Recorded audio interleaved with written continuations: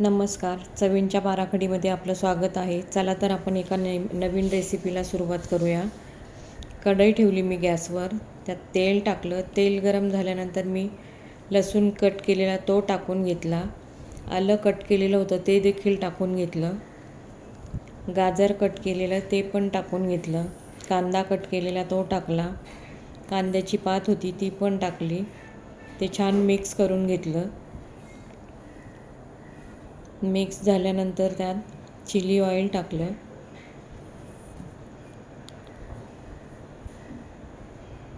ते देखील मिक्स करून घेतलं.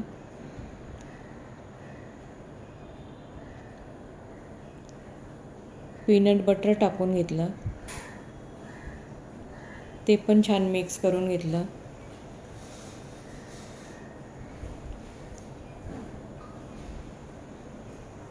चिकन क्यूब्स होत्या त्या टाकून घेतल्या त्यात. आत्ता पण टाकली चिकन क्यूब्स. त्यानंतर थोडं पाणी टाकलं अंदाजेनुसार.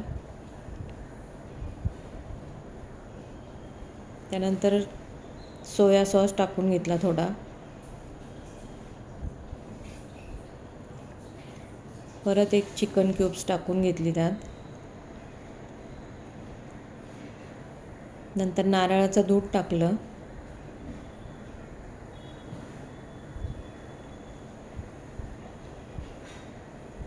नारळाचं दूध टाकून झाल्यावर मिक्स करून घेतलं. गॅस बंद करून घेतला. त्यानंतर एका पातेल्यात मी पाणी गरम करायला ठेवलं. त्यात मीठ टाकलं. पाण्याला उकळी आल्यानंतर नूडल्स टाकून घेतल्या.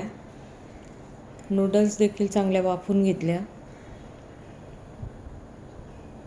तुम्ही बघू शकता नूडल्स पण छान वाफवून झाल्यात.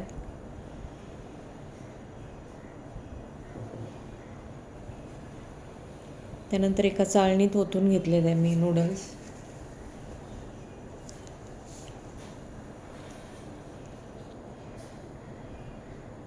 नूडल्स ओतून घेतल्यानंतर नळाखाली थोडं थंड पाणी टाकून घेतलं त्यावर.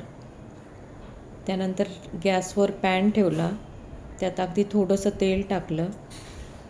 मोमोज होतं ते ठेवले सर्व त्यात पॅनमध्ये आणि अगदी थोडं पाणी टाकून वाफवून घेतले त्याला.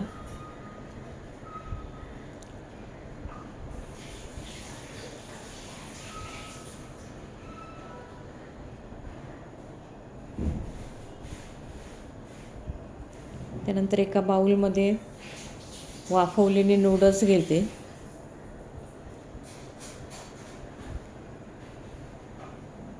त्यानंतर जी ग्रेव्ही आपण बनवली होती ती टाकून घेतली त्यात सर्व.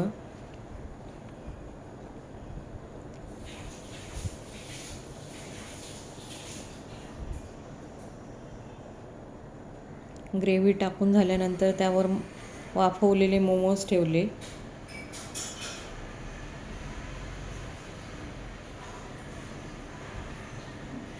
गार्निशिंगला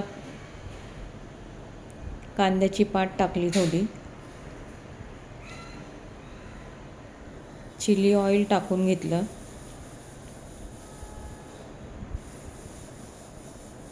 रेसिपी आपली रेडी झाली.